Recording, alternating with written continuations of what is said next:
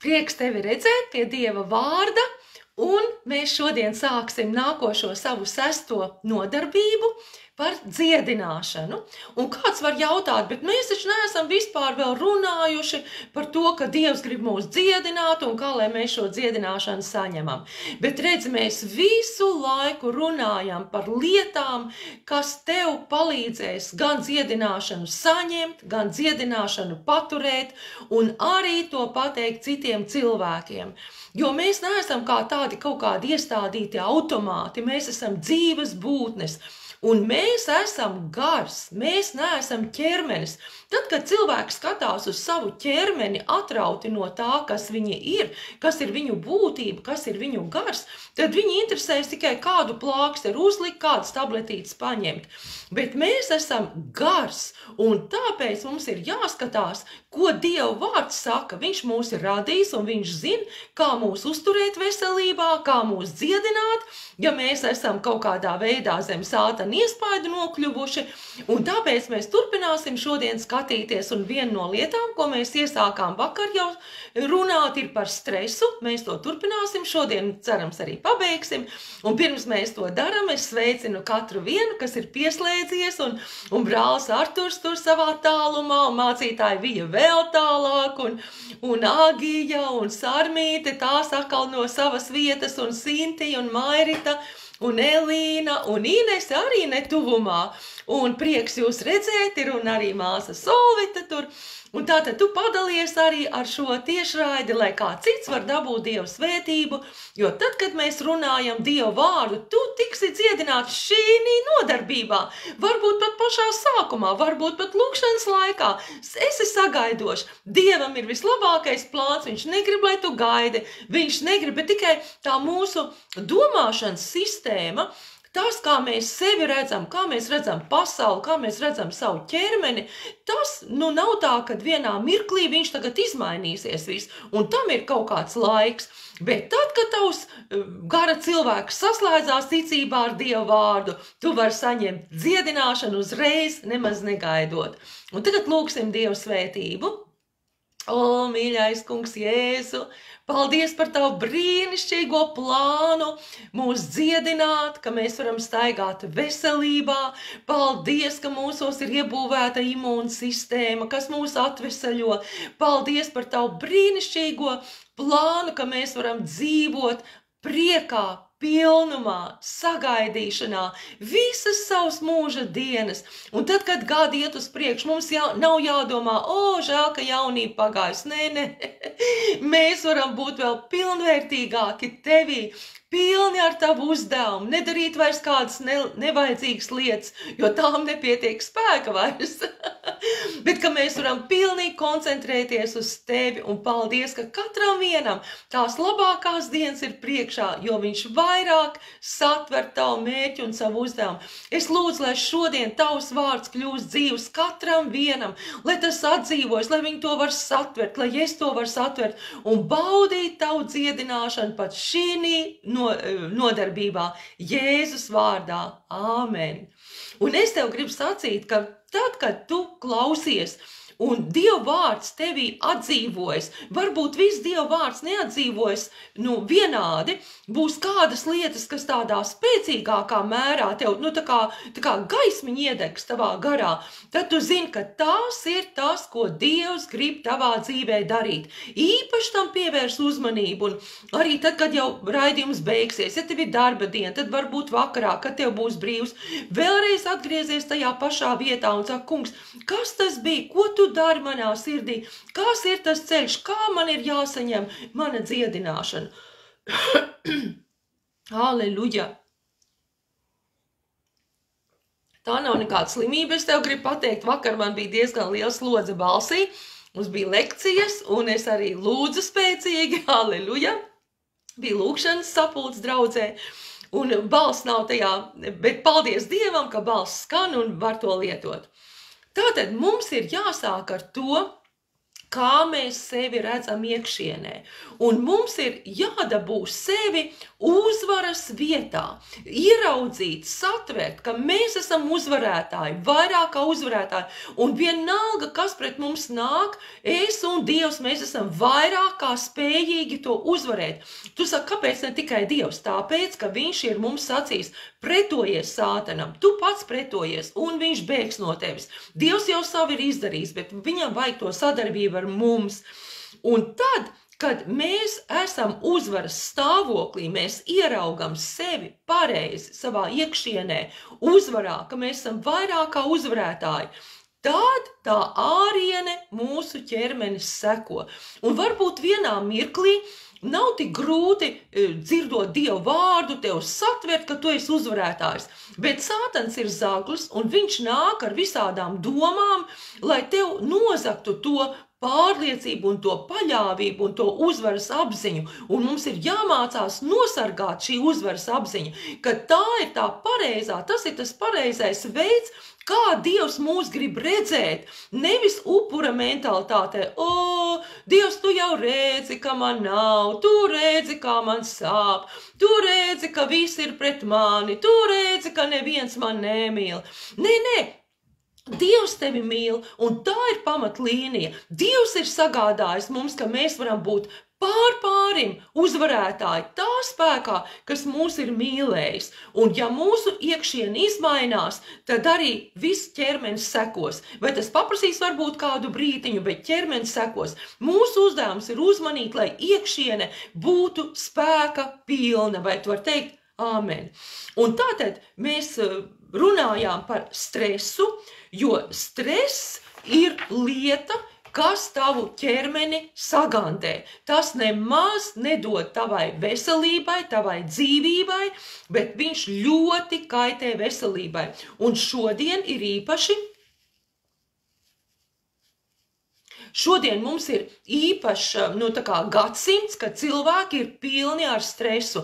Ir daudz informācija, ko tu vari saņemt pat no kāda cita pasaules gala, vienā sekundē, un uzreiz tev nāk uztraukuma domas.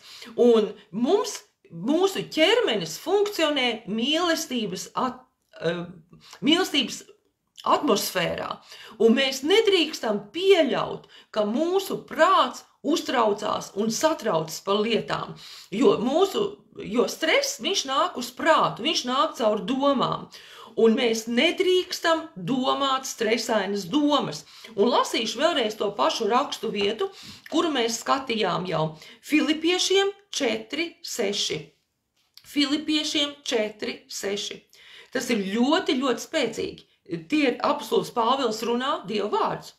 Nezūdieties nemaz. Iepriekš viņš saka 4. pantā, priecājieties iekšā kunga vienmēr. Es jums vēlreiz teikšu, priecājieties. Tātad prieks un stress, tas ir pilnīgi pretējas lietas. Stress tev visu prieku nozags. Un šeit ir pavēle. Tev ir jāpriecājas, man ir jāpriecājas. Ir pavēle, tu nemaz nedrīkst raizēties, tu nemaz nedrīkst uztraukties. Citos tulkojumos rakstīts ir neuztraucieties nemaz. Un tu vari teikt, bet kā, man taču ir situācijas, varbūt ārsts ir pateicis diagnozi, kas nav tā labākā, un viņš nekādas labas cerības nedod. Kā ar manām finansēm? Tagad nāk apkures sezona, es biju domājis tā vai tā, vai arī, bet ko cilvēki saka par mani, un kā būs vispār ar manu drošību? Varbūt es visu laiku gaidu, ka es aprecēšos ar kādu, kur tad ir tas cilvēks, ar ko aprecēšos, gadi iet uz priekšu, vai es vispār aprecēšos, un dažādas domas nāk, kas mums dod tāds uztraukums prātā, un tie uztraukumi tad pārņem tālāk visu mūsu ķermeni. Un tādēļ Dievs ir pavēlējis, neuztraucies nemaz. Ko tad, lai mēs darām ar visām tām informācijām, to, ko mēs saņemam, kas attiecās tieši uz mums personīgi, kas mūs satrauc? Un viņš tur dod recepti. Saka, ir recepte. Ir brīnišķīga Dieva vārda recepte. Viņš saka, nezūdieties nemaz, bet tātad visās vietās, kur Dievs saka kādu lietu, piemēram, viņš saka negrēko, ja? Tātad tu nevari vienkārši tā kā izštepselēt to vadu, kas tev ir vienmēr, ka tev vilkme grēkot, ķermenis ieprogrammēts grēkot no tavas agrākās dzīves bez Kristus, un tu nevari vienkārši to izrauto vadu stāvēt un nekur viņu neieštepselēt. Tev viņš ir jāliek kādās citās lietās iekšā, un tāpēc Dievs uzreiz mums pasaka, tātad negrēko, bet kalpo Dievam, nodot savu dzīvi Dievam, nodot savus locekļus par taisnības rīkiem Dievam, iesaisties Dieva darbā. Cilvēki, kas tikai mēģina nedarīt ļaunas lietas, vai šī gadījumā, ja tu mēģināsi nestresot, vienkārši nesanāks. Tāpēc arī tur rakstīts ir, nezūdieties nemaz, bet tātad vienu lietu tu nedari, bet to otru, kas tad tev ir jādara. Tātad es biju uztraukumā, bet tagad man ir atrisinājums. Es vairs nenodarbojos ar uztraukumu, es vairs nepārdomāju tās lietas, kā viņas varētu attīstīties man pa sliktu, bet jūsu lūgumi, vai precīzāk būtu, jo tai lūkšanai mums nav īpaši daudz latviešu garīgajā terminoloģijā, nav ļoti daudz vārdu, kā mēs varētu raksturot dažādas lūkšanas aspektus. Un šeit būtu domāts jūsu vajadzības, tātad tās lietas, kas tev nomāc, kas tev ir vajadzīgs. Bet jūsu vajadzības, lai nāk zināmas Dieva priekšā. Mums mūsu vajadzības, mūsu satraukumi, kā tad viņas nāk zināmas Dieva priekšā? Mums ir jāsaka tās Dievam. Un kādā veidā tur pateikts ir? Ar pateicību ikvienā pielūgšanā un lūgšanā. Bija atkal precīzi teikšu, ar pateicību ikvienā pielūgšanā un vajadzību uzskaitījumā. Tātad Dievs ir ieinteresēts mūsu vajadzībās un viņš grib tās atrisināt, bet viņš tās atrisinās. Mums nav jācenšās pašiem to izdarīt. Un tātad šeit ir tas atrisinājums, šeit ir tā recepte. Mums ir jānāk pie Dieva ar lūgšanu vai ar pielūgšanu. Pirmā lieta, mums ir jādzīvo Dievu priekšā, mums ir jāņem laiks, lai būtu ar viņu sadraudzībā. Tu nevari vienkārši nestresot un ka tev nav laika ar to kungu sadraudzībai. Tev ir jāizrauj tavā aizņemtajā dzīvē ne tikai laiks ar to kungu, bet vislabākais, visauglīgākais laiks. Parasti tas ir no rīta, ka prāts ir vismožākais. Vismaz dažas minūtes iesāc, kad tu velti tam kungam, un tu esi sadraudzībā ar viņu, un tu visu iesaisties viņā, tu pavadi laiku ar viņu, tu pielūdz viņu, tu saki, cik viņš ir brīnišķīgs, ko viņa vārds atklāja, ko viņš ir darījis tavā dzīvē, pateicies un slavē viņu. Tātad pavadam laiku ar to kungu, un tad, kad mēs viņu slavējam, tad mūsu attēls par Dievu nav, ka viņš būtu tāds maziņš rūķīts, un ja nu vari, tad man kaut ko palīdzi. Bet tad mēs sākam ieraudzīt, kāds viņš ir patiesībā. Jehova Jire, mans apgādātājs, viņš ir viss, kas man ir vajadzīgs. Viņam nav ne sākumu, ne beigu. Viss pastāv viņā. Viņš ir visspēcīgais. Visvarenais, ja tev vajadzīgs apgādājums, ieraugi, kad viņam debesīs nekā netrūkst. Viņš apsola tev apgādāt pēc savas godības pilnās vajadzības. Un pat arī tad, ja tu būtu sevis dēļ, savu kļūdu dēļ, savas muļķības dēļ iekritis vai kādā veselības jomā, kad tev ir, teiksim, kaut kāda avārija pašam savas muļķības dēļ, jaun cietas ķermenis ir, vai finansu ziņā kādu muļķīgu izvēli, muļķīgu tēriņu. Vienalga, viņš ir varens Dievs un mīlošs, un viņš grib tev palīdzēt. Tātad šī receptes pirmā daļa ir ņem laiku ar Dievu, ka tu ieraugi, cik varens un spēcīgs viņš ir. Tu pateicies viņam, tu slavē viņu par to, kāds viņš ir. Un tad otrs ir, tad nāk tavi lūgumi, tavas vajadzības, tavas prasības. Tam ir noteikti jātiek noformulētam. Mums tā kā latviešu tautai, kas gadu simtiem ir bijusi dažādu kungu verdzināta, mums ir tāda žēlošanās, tā kā pa asins līniju nāk, mēs neesam pašpārliecināti, un mēs bieži nākot pie kunga, tad pat ir grūtība pateikt, man ir tā un tā lieta, es gaidu uz to un to atrisinājumu. Bet tad tu sāc viņam teikt, kungs, ārsts man pateica tādu diagnozi, man ir tādi simptomi, vai arī finansēs, man ir tāda un tāda vajadzība. Tu uzskaiti, vislabāk tu sāc ar vienu lietu, jo tad tu vari to ticību likt konkrēti vienā. Un tad, kad mēs sakam to savus lūgumus, tad, kad mēs nākam pie tā kunga, tur, kur ir daudziem liela kļūda, ar tādu žēlošanās attieksmi, ka mēs knapi bubinam savas vajadzības, bet tur tas vārds ir, tā kā varētu izteikt latviski, vārīties vai vārīties pāri, ka tu dedzīgi nāc pie viņa. Un kā jau minēju, labāk tu 30 sekundes lūdz dedzīgu lūkšanu, nekā pusstundu vienaldzīgi kaut ko bubini. Mums ir ar sirds izjustu, ar patiesu tādu, kas sirdi jānāk, kas ir tiešām, ka grib sagaida kaut kādu atrisinājumu tam, ka tā lieta mums patiesi ir svarīga. Tāpēc mēs kā mācītāji bieži sakam tiem cilvēkiem, kas nāk un jautā, vai varētu aizlūgt par tādu cilvēku un par viņa vajadzību, un mēs sakam, jā, mēs varam aizlūgt, bet tava lūkšana ir vislabākā, tāpēc, ka tev tā ir vai māte, vai meita, vai tava māsīca, vai kā cits cilvēks, par kuru tev iekars sirds, ka tev tas ir nepieciešams. Tava sirds ir tajā iekšā, tava lūkšana, tava dedzīgā lūkšana, to tas kungs grib dzirdēt. Tātad dedzīgi, ar lielu tādu sirds deksmi, ar aktivitāti, mēs nākam pie kunga un mēs viņam pasakam to savu vajadzību precīzi.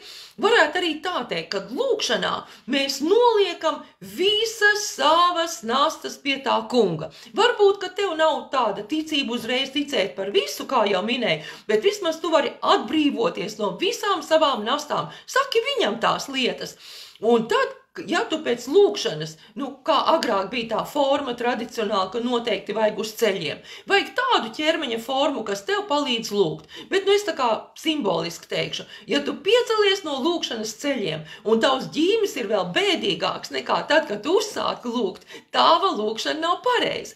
Jo lūkšanu Dievs ir iestādījis, lai mēs varētu atbrīvoties no nastām. Alleluja! Tu satver to, man ir prieks. Un tad, kad mēs pieceļamies no tiem lūkšanu ceļiem, mēs esam priecīgi, mēs esam laimīgi un mēs sākam slavēt, mēs sākam pateikties Dievam un mēs slavējam viņu ar visu savu sirdi. Tā ir ļoti liela atslēga. Es tev ieteikšu, tā kā sākšu ar tādu, piemēram, draudzes slavēšanā. Tur visi slavē, vismaz mūsu draudzē, ja? Un tev ir ļoti viegli arī piesaistīties, atvērt savu muti un dedzīgi sākt slavēt. Ja tu dedzīgi neslavē draudzē, tu mājās ne tik nezinās, ko nozīmē priecāties tajā kungā un pateikties par lūkšanas atbildi. Jo priecāties patiesi nozīmē priecāties. Un tad tu lec no prieka. Tu saki, kungs, paldies tev! Es tev pateicos, ka tu manu vajadzību apmierini. Un tu ieliec visu sev iekšā. Tu ieliec savu sirdi, ieliec savu ķermeni, jo Dieva vārds saka, visu, ko dariet, dariet kā tam kungam. Dariet dedzīgi, dariet priekš tā kunga. Iedomājies, ja Jēzus būtu istabā, vai tad tu viņu neapķertu un neteiktu, paldies tev, ka tu man dziedināji. Paldies tev, Jēzu! Piemēram, kā jau es iesāku minēt par finansēm, mums ļoti daudziem ir, tā skaidri, kā mēs varētu to darīt. Tātad tu zini apsolījumus par finansu apgādāšanu, un tu nāc drosmīgi pie Dieva, un vienmēr tu nāc ar viņa vārdu. Tu saki, Dievs, tu teici, tavā vārdā ir sacīts. Tas ir tas pamats derībai, ka Dievs savu daļu darīs, ja mēs daram savu daļu. Tātad, ja ir kaut kāds neparasts tēriņš tev sanāca un tev tagad ir kaut kāds rops un vajag kaut kādu naudas summu, ņemsim, vienalga, cik varētu būt potenciāli. Teiksim, tev pietrūks 200 eiro kaut kādai situācijai, vienalga, kaut vai 1000 vai 2000, vienalga. Bet, teiksim, 200 eiro. Un tu tagad vispirms pielūdz Dievu un saki, kungs, es tev piederu, es pateicos, ka es esmu tavs bērns, paldies, ka es tik varu nākt ar drosmi tavā priekšā, paldies, ka tu man vienmēr uzklausi, paldies, ka tu mani mīli, un paldies, ka tev pieder visas bagātības. Tavs vārds saka, ka tev pieder visi ganāmpulkus 1000 pakalniem, un debesīs nav nekāda trūkuma. Es pateicos, ka tu esi mans radītājs, ne tikai mani tu radīji, tu visu pasauli radīji. Paldies, ka tu esi tik liels un varens, un tu esi mans tēvs, tu esi mans mīlošais tēvs. Kungs, es godinu tevi, un man tēvs ir šī vajadzība. Man tagad ir tie 200 eiro, kuri man nav, un ja es esmu kļūdies, tu nosauc to, varbūt tu kļūdies iztērējot kaut kur citur, bet tēvs, man nav tā nauda, un es nezinu, no kurienes es viņu varētu dabūt, jo tas man ir pilnīgi neiespējami, un tas man sāk nomākt, tēvs, bet tev nekas nav par grūtu, jo es esmu 10. tiesas devējs, es esmu ziedojuma devējs, finansējs, es plānoju un es rēķinos, es neizšķērdēju, un pat ja tu būtu izšķērdējis, lūdzu Dievam piedošanu, un kungs izglāb man tagad no šī rēķina, izglāb, lai nenāk kauns pār taviem bērniem, ka es nespēju samaksāt šo, dod man atrisinājumu. Un tad ir ļoti svarīga tā 3. daļa. Kā ir teikts Marka 11, 22, 23.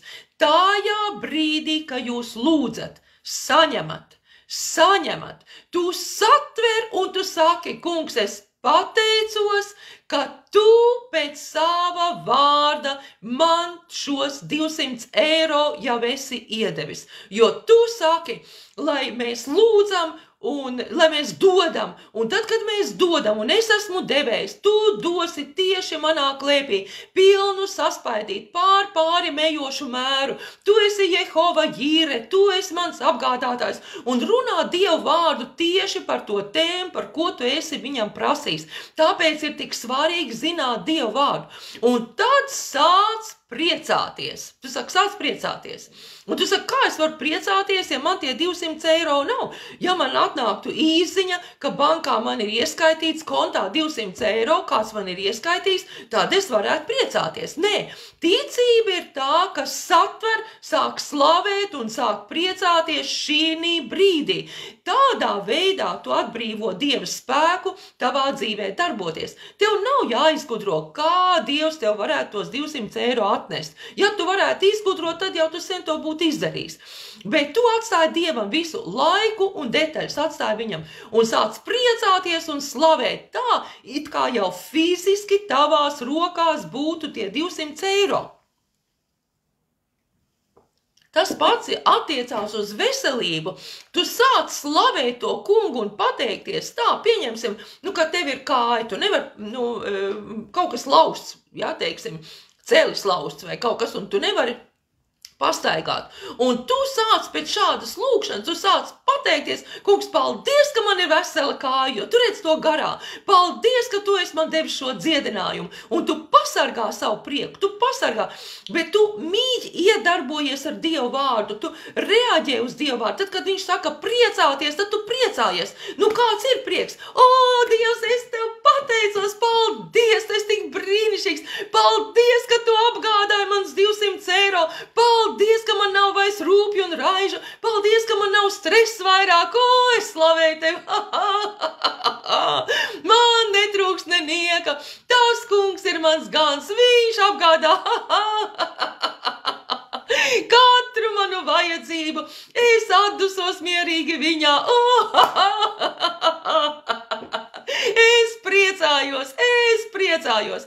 Redz, tev patīk klausīties, kā cits priecājas. Tev patīk klausīties, kā es priecājos. Un kļūdaini draudzē, piemēram, tu pieņem to, ja citi priecājās, tad tas ir brīnišķīgi. Bet tā ir kļūda. Tev ir jāliek sevi tajā priekā. Citādāk tu arī dabūs vērot, kā citiem Dievs atbild lūkšanas, un tev neatbild. Tev ir jāsāk priecāties. Tad, kad tu lūdz, tavai mutei ir jākustās. Tu pavēli savai mutei kustēties. Tu pavēli savai sirdī priecāties. Un vienalga savam ķermenim visādā veidā, kā tas tev ir palīdzoši. Tu liec visu sev iekšā, visu savu sirdi liec un priecājies, jo tā saņemšana ir tagad. Ja tā saņemšana nav tagad, viņa nekad nebūs. Vienmēr aizbīdīt uz nākotni, tu nekad to nesaņemsi. Saņemšana ir tagad. Esi vārda darītājs. Un lasam tālāk, nākošo pantu. Tātad, neuztraucieties nemaz, bet jūsu vajadzības, lai nāk zināmas Dieva priekšā ar pateicību, ikvienā pielūgšanā un vajadzību pateikšanā. Un Dieva miers, kas ir augstāks par visu saprašanu, pasargās jūsu sirdis un jūsu domas Kristu Jēzu.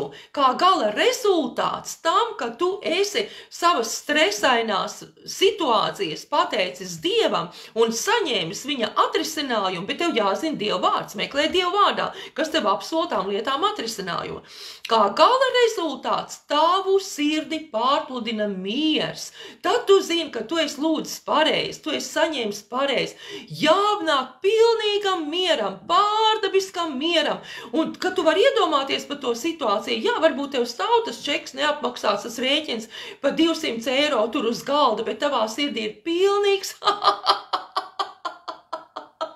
miers un prieks, jo tu zini, Dievs ir jau darbībā, viņš jau sūta to naudu, eņģeļi jau darbojās, lai atgādātu, lai varētu to vajadzību apmierināt. Un tālāk, mums ir jāpasargā, lai Sātans mums to mieru nenozog, jo Dievvārds saka, stājieties pretī Sātanam, un viņš bēgs no jums. Tātad pēc 10 minūtēm varbūt tev ienāk doma, vai pēc dienas, ja tā lieta vēl nav atnākusi fiziskā piepildījumā, kur tad nu ir? Tās bija tikai muļķības. Redzi, tev ir jāpasargā savas domas, un 8. pāns Filipiešiem 4:8 parāda, kā savas domas pasargāt. Beidzot vēl brāļi un māsas, kas vien ir paties, kas svēts, kas taisns, kas šķīsts, kas patīkams, kam laba slava, ja ir kāds tikums un ja ir kas cildināms, par to domājiet. Visas pārējās domas, kas nesaskan ar šo 8. pāntu, tev jādzen prom. Visas stresainās domas tev jādzen prom, jo Dievs ir uzticams. Tad, ko tu vari darīt? Tev nav vairs otrais jāsaka Dievam, ka tev vajag šo lietu, bet tu nāc pie Dieva un saka, kungs, es tev pateicos, ka tu izdarīji, tu to dari, tu esi darbībā, es to saņemu kā atrisinātu, jo tavs vārds saka, ka tas, kurš sēj bagātīgi, arī pļaus bagātīgi, un tiešām man ir vajadzīgi, lai apmaksātu šo rēķinu, man ir vajadzīga bagātīga pļauja, bet es tev pateicos, ka es esmu bijis jau iepriekš bagāts sējējs, vai atrod kādu citu Dievu vārdu, kas tev apstiprina to, ka tev ir tas, ko tu esi Dievam prasījis. Meklē vēl citu Dievu vārdu un atgādini viņam un saka, kungs, es tev pateicos, ka tu šo lietu visu sakārto man un es saņemu šo atbildi no tevis. Vēl kas ir ļoti aktuāla lieta, tev ir jādzen prom visas šaubu runājošās balsis, tās, kas nerunā ticību. Varbūt tie ir kādi tuvi cilvēki tev, un viņi saka, jā, bet kā tad tu samaksās šo rēķinu? Un tu saki, Dievs ir darbībā, viņš apgādā visas manas vajadzības. Varbūt jālieto arī savs prāts ir, varbūt tev labāk iet un paņemt kaut kādu aizņēmumu. Nē, Dieva vārds saka, lai mēs neaizņemamies, un tad tev tās šaubu balss ir jāapklusina. Tu nebaidies aizvainot cilvēku, atstumjot viņu no sevis, lai tu paturētu ticību. Tas ir ļoti, ļoti svarīgi paturēt šo ticību. Jo arī Jēzus, tad, kad viņam bija jāpieceļ no miroņiem, Jaira meitiņa, viņš izdzina cilvēkus ārā, kuri nebija ticības atmosfērā. Viņš visiem raudātājiem teica, lai iet projām. Viņi taču apvainojās, kā tu domā? Viņi jau nebija tādi iepriecināti, ka Jēzus viņu kalpošanu neņem. Un tā arī mums ir jāizcer durvis visām balsīm, kas nerosina mūsos ticību, jo mums ir jāpaliek ticībā, jāpaliek slavā un pateicībā, kamēr mēs saņemam šo lūgšanas piepildījumu tīri fiziski. Kādu vēl lietu tu vari darīt? Tu vari sacīt, kungs, es esmu tev uzticējis savu dzīvi, es tev kalpoju, es esmu tev pilnīgi uzticējies. Ja kaut kas man ir jāmaina, ko es nesaprotu, ko es neesmu redzējis, kur man varbūt gara acis nav atvēršās, lūdzu palīdzi man, pamāci man, kā man vajag kaut ko darīt. Pieņemsim par finansēm, ja? Varbūt tu esi domājis, tas tikai kā piemērs, tu ilgu laiku esi domājis, man nav jāstrādā, jo man ir, piemēram, bezdarbnieku pabalsts. Pieņemsim, ja? Un tagad Dievs runā uz tevi, tagad sāc meklēt darbu. Tad tev jābūt ir atvērtam, ja Dievs saka tev tavā dzīvē kaut ko palabot. Bet tad, kad tu saki, kungs, nāc un izglāb man, bet tu vienmēr zini, ka Dievs ir tavā pusē un viņš tev katrā situācijā viņš tevi izglābs. Tas, ko tu nevari pazaudēt, ko tu nedrīksti pazaudēt, tas ir šis uzvarošais domāšanas veids. Tev jābūt uzvarošam. 1. korintiešiem 15:57 ir brīnišķīgs Dieva vārds. 1. korintiešiem 15:57. Tad nu mani mīļie, bet paldies Dievam, kas mums devis uzvaru caur mūsu kungu Jēzu Kristu. Kā tu vari būt vairāk tas uzvarētājs? Liec Dieva vārdu savā garā, liec Dieva vārdu savā garā, kamēr tas kļūst par tevi, kamēr tu sāc domāt, kā Dievs domā, nevis to, ko cilvēki ap tevi vai apstākļi ap tevi saka. Un tu zini, ka ar to kungu tu esi vairāk kā uzvarētājs. Romiešiem 8:37. Romiešiem 8:37. Visās šīs lietās mēs pārim paliekam uzvarētāji.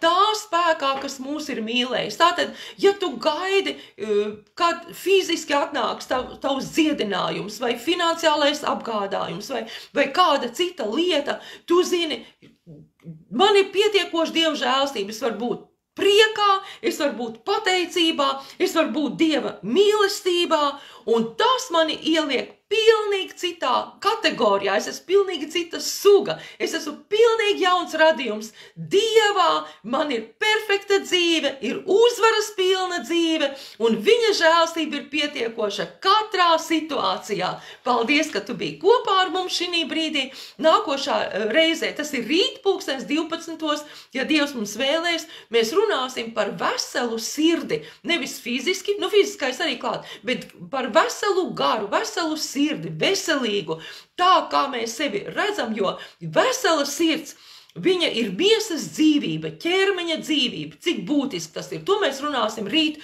12:00, tā kā aicinu, nobeigsim ar lūkšanu. Aleluja, Tēvs, es tev pat svētīts esi dziedināts šī brīdī. Plūs dziedināšana tavā fiziskajā ķermenī. Plūs dziedināšana, sāc gavilēt, sāc pateikties Dievam. Viņš dziedina tevi tagad, tev nav jāgaida uz rītdienu. Ņem savu prieks, burbuļo dzīvība.